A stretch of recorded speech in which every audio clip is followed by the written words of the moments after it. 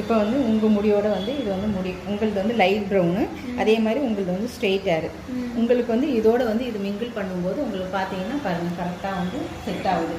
But இந்த மாதிரி hair நாங்கள் வைக்கிறோம் அப்படி இந்த சைடு அந்த சைடு வைங்க, இந்த சைடு வச்சுக்கோங்க.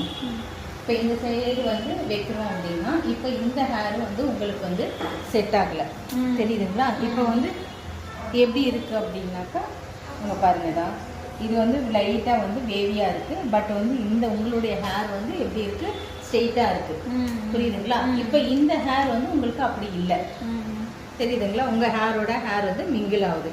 இந்த மாதிரி தான் ஃபஸ்ட்டு வந்து உங்களுடைய ஸ்ட்ரக்சருக்கு தகுந்த மாதிரி தான். இப்போ பாருங்கள் இந்த ஹேர் நாங்கள் வைக்கிறோம், இந்த ஹேர் வந்து கர்லியாக இருக்குது, உங்கள் ஹேர் வந்து ஸ்ட்ரெயிட்டாக இருக்குது.